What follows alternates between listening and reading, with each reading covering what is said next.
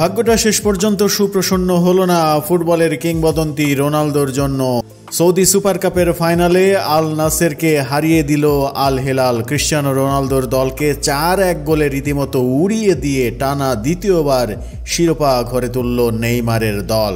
শনিবার ফাইনালে ম্যাচের শুরু থেকেই রক্ষণাত্মক খেলতে থাকে দুই দল। আক্রমণ ভাগের খেলোয়াড়দের ভালোই পরীক্ষা দিতে হয়েছে তাতে। তবে সেই পরীক্ষায় 44তম মিনিটে পাশ করেছিলেন রোনালদোরাই। বাইলাইন থেকে সতীর্থের কার্ড ব্যাক টু পায়ে খুব কাছ থেকে জালে জড়ান রোনালদো। নিজে এগিয়ে গিয়ে বিরতিতে যায় আল নাসের, কিন্তু দ্বিতীয়ার্ধে আর সেই ব্যবধান ধরে রাখতে পারেনি তারা। বিরতির পর খেলা সম্পূর্ণ পাল্টে যায় আল হিলালের। বিরতির পর রক্ষণ গুছিয়ে আক্রমণ গড়ে তোলে তারা। 55 মিনিটে স্কোর লাইন 1-1 করে ফেলেন। 69তম মিনিটে আরেক গোলে বড় ব্যবধানে জয়ের দিকে এগিয়ে যায় আল হিলাল। শেষ পর্যন্ত 4-1 গোলে জয় নিয়ে মাঠ ছাড়ে নেইমারের আল হিলাল দল। কিন্তু হেরে বসলেন ফুটবলের কিংবদন্তি ক্রিশ্চিয়ানো রোনালদো।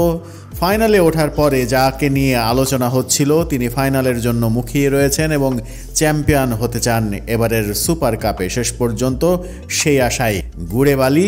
ওদিকে সহাস্যে বিজয়ের মালা পড়ল নেইমারের দল আল হিলাল।